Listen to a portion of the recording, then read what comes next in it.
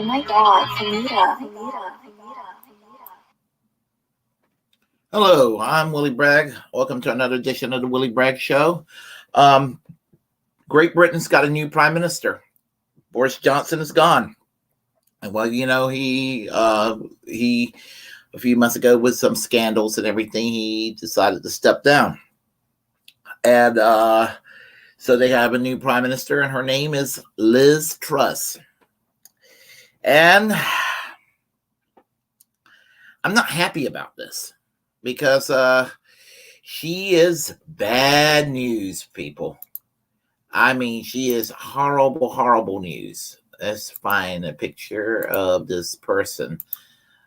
She is basically Kyle Kalinske said earlier today that he made a comparison, and I see the comparison. He basically said she's Kyrsten Sinema meets Margaret Thatcher, and I think that's probably a very good comparison. And why is she Margaret Thatcher meets Kyrsten Sinema, or Kyrsten Sinema meets Margaret Thatcher? Well, here's the similarity with Kyrsten Sinema.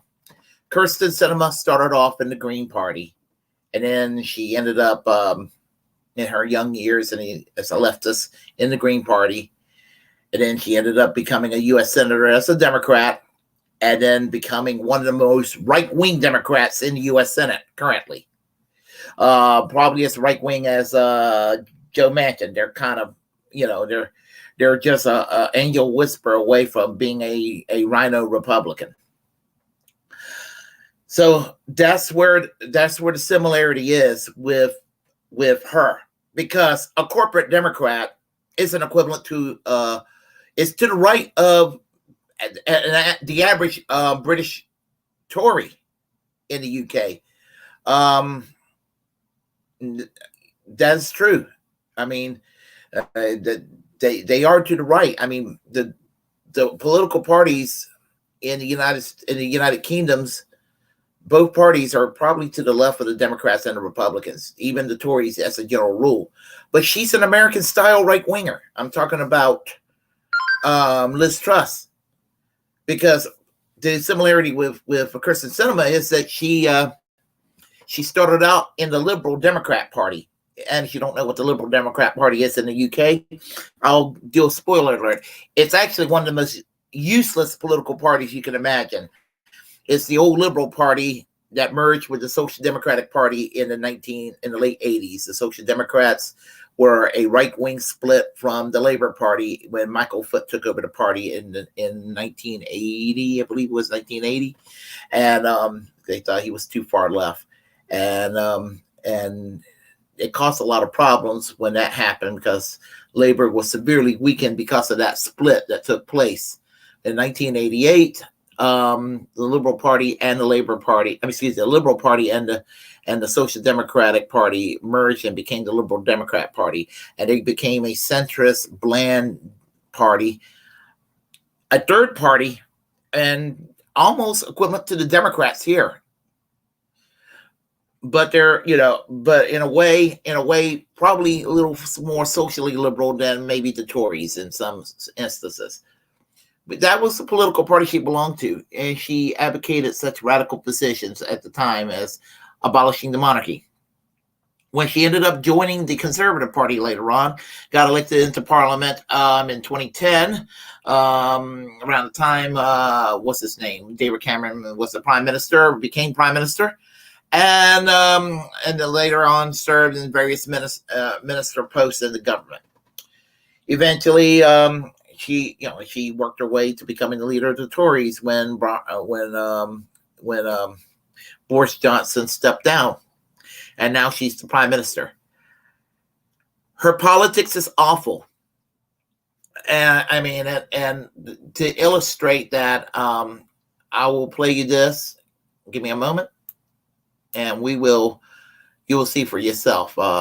It's just not me. It's just not my personal hyperbole and my personal opinions on matters. So we will get started here. Hold on. Okay. All right.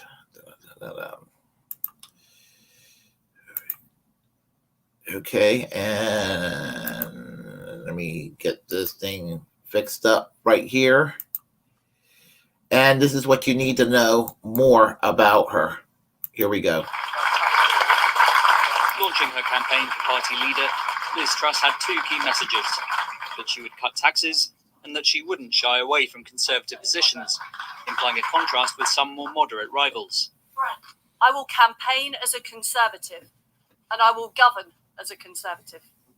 I can lead, I can make tough decisions, and I can get things done.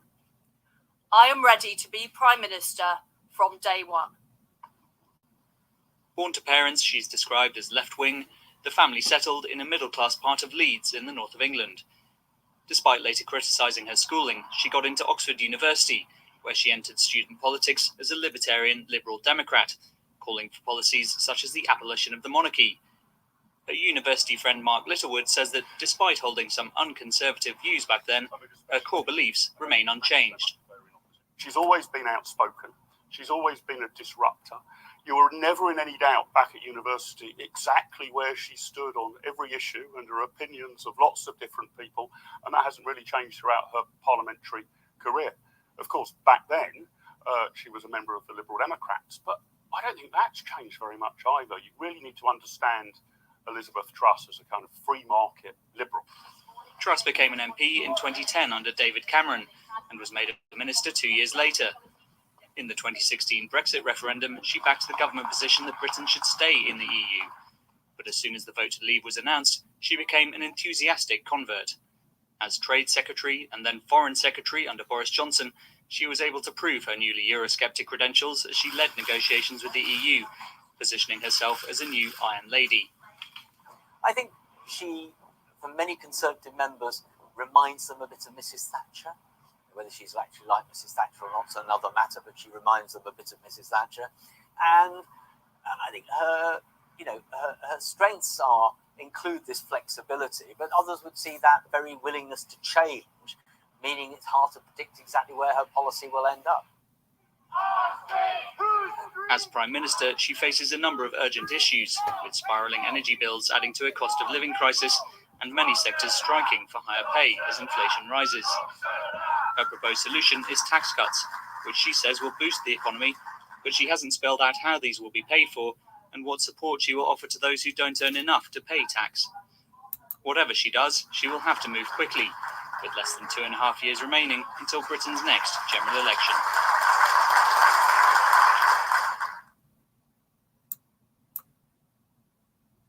Okay, that's kind of a quick summation of her. There are additional things about her that are disconcerting because I did a quick research on her last night when I found out about it, about her, and she is incredibly anti-union. She is hostile toward the NHS, the National Health Service. She wants to Americanize the NHS, and I am opposed to these things. I make no secret where my partisan sensibility lies within the UK, not necessarily within the Labour Party, but within the old socialist tradition of the Labour Party. Those who fight for those old socialist ideals.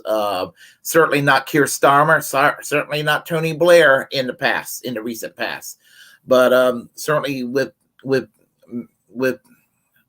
people like Jeremy Corbyn, although I am probably a little more moderate than Jeremy Corbyn on some issues. She is so terrible that Bernie Sanders, whose older brother Larry lives in the UK, went there to speak at a rally for rail workers. The thing about it is, she is another Margaret Thatcher. And I think that everybody in my audience know who the hell Margaret Thatcher was, but for those that don't know, and I think most know. So, Margaret Thatcher was the Prime Minister of the UK from 1979 until 1990. And she basically undone all the socialism that Great Britain had at the end of World War II. Not that Great Britain was a socialist country, but Great Britain was the most capitalist nation in the world at that time until after World War II. And under the government of Clement Attlee, things such as the National Health Service, granting a lot of power to trade unions, selective nationalization of industries, things of that nature, the modern welfare state that Britain has today, all due to the reforms of Clement Attlee's Labour government. It was a very radical, very quick 6 years. And in some areas, Winston Churchill, had he been reelected in 1945, would have done some of these things. There would have been a National Health Service, regardless of who would have won in the 1945 election, because there was a coalition government during World War II, and the coalition government of the Liberals, the Labour, and Tories, under the leadership of Winston Churchill as the Prime Minister, and the Deputy Prime Minister was Clement Attlee. And the mixed cabinet and the mixed government all agree that there is to be a universal healthcare system, a national health service to be established after the war. There would have been a national health service. There might not have been rapid nationalization or any really significant nationalization of key industries after the war. But suffice to say, that is the crowning jewel of that's majority of up to 95% of the population of the UK are proud of their National Health Service, regardless of their political orientation. It was so popular that, in spite of all the things that in spite of the rape that Thatcher caused to the British people by attacking the labor unions, by going around and privatizing everything, the one thing she dare not touch was the National Health Service. She dare not touch the NHS. She dare not Americanize it. And there were two reasons she dare not do that. And one, it was political suicide if anybody dare fucks with the NHS. That's number one. Number two, and while I despise Margaret Thatcher, Margaret Thatcher was smart enough to know what Americanization of healthcare would do to the British people and do to the British economy itself. It's the worst thing you could do to a capitalist economy is to have capitalist healthcare, because it would cause the kind of problems we have here in the United States. The United States have a competitive problem because we have for-profit healthcare. You want to know why? You want to know one of the biggest reasons why we have companies leaving this country, going elsewhere for cheaper labor all these years? And they will tell you it was the unions. It wasn't the unions. It was the biggest cost of healthcare. The healthcare medical inflation is the biggest cost of labor costs in the United States. And that's the biggest reason. It costs more money to open up a factory in the United States than it does in a place like France or in Canada. And that's the truth. Why? Because in France and in Canada, healthcare is free. In the UK, healthcare is free. Everywhere in the civilized world, healthcare is free. Here in the United States, we're the Mississippi of the West. We do things. We're the United States of Mississippi. They do things in a cultural Mississippi way. I know I'm sounding like I'm beating up on that state, but look at the water crisis down there in Mississippi. Yeah, I mean that's the United States in a nutshell, and that's how we do healthcare. Like you see, is done down in Mississippi.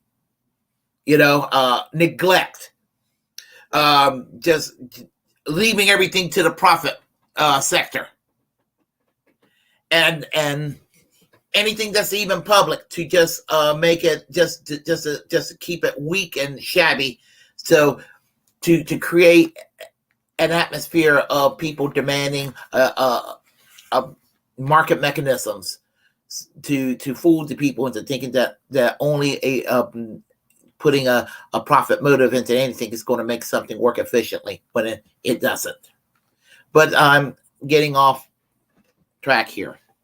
Margaret Thatcher caused a lot of misery. She caused a lot of unemployment, and there was a lot of strikes that took place under her. She was authoritarian as hell. She shut down several municipalities across the United Kingdom in the 1980s because they governed their own way.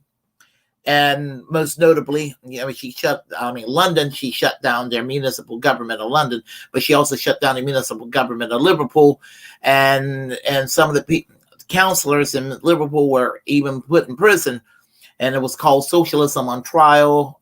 And they were the Liverpool 47, the Labour councillors that basically told Margaret Thatcher to get stuff when they were trying to govern in a municipal socialist way, and she was trying to stop them from doing that.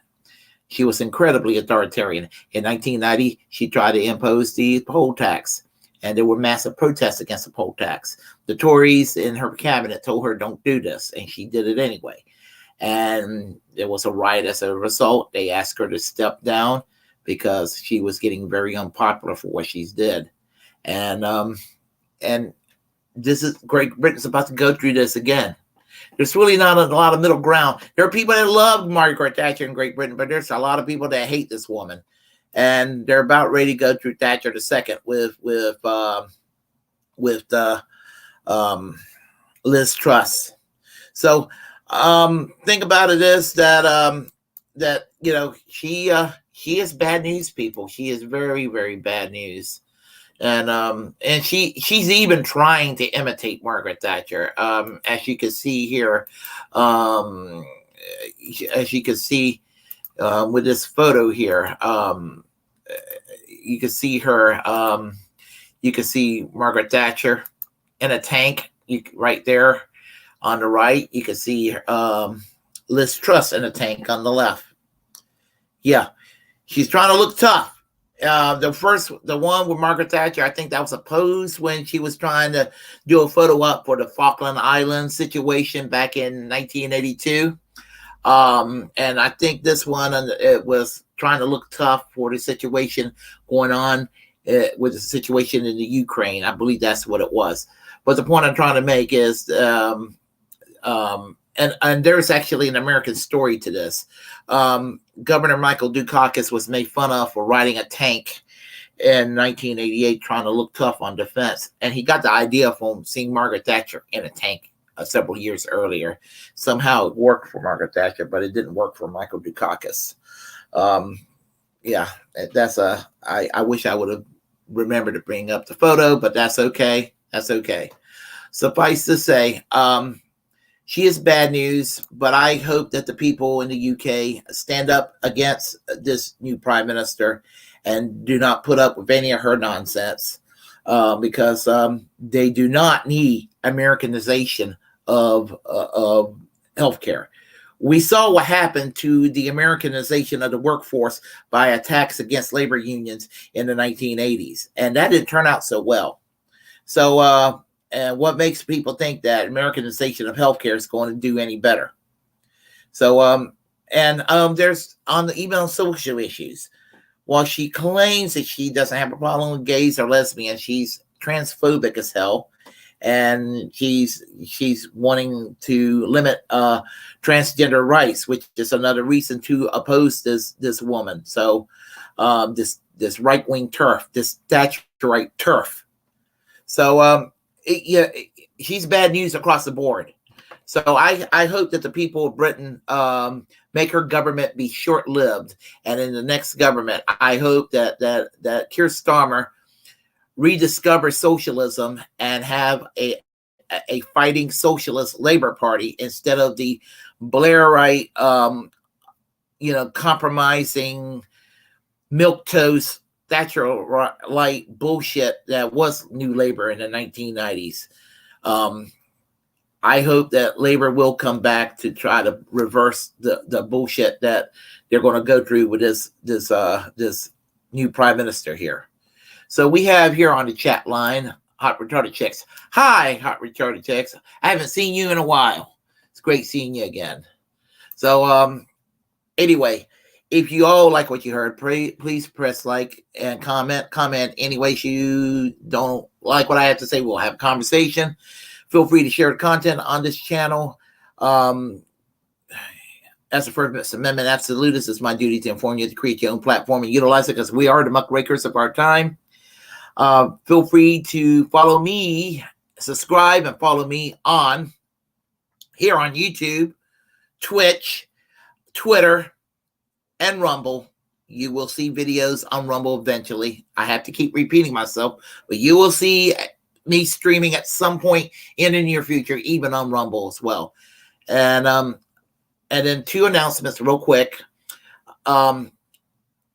6 p.m. Saturday, I will be interviewing Justin Adeo. We're going to be talking about Caleb Maupin, CPI, patriotic socialism, the whole Alexander Dugin, the whole thing that happened recently. And on Monday, 3 p.m. Eastern Standard Time, I'm going to be interviewing Santa Claus, the mayor pro tem of North Pole, Alaska, the man that ran for Congress in Alaska in their ranked choice voting election, where he came in 5th place in the first round of the election, with the second round resulting in Tuesday night's win for Mary Patola, I believe that's her name, that defeated Sarah Palin. So until next time, people, I will talk to you all later. We will talk more politics and all that good stuff. Take care.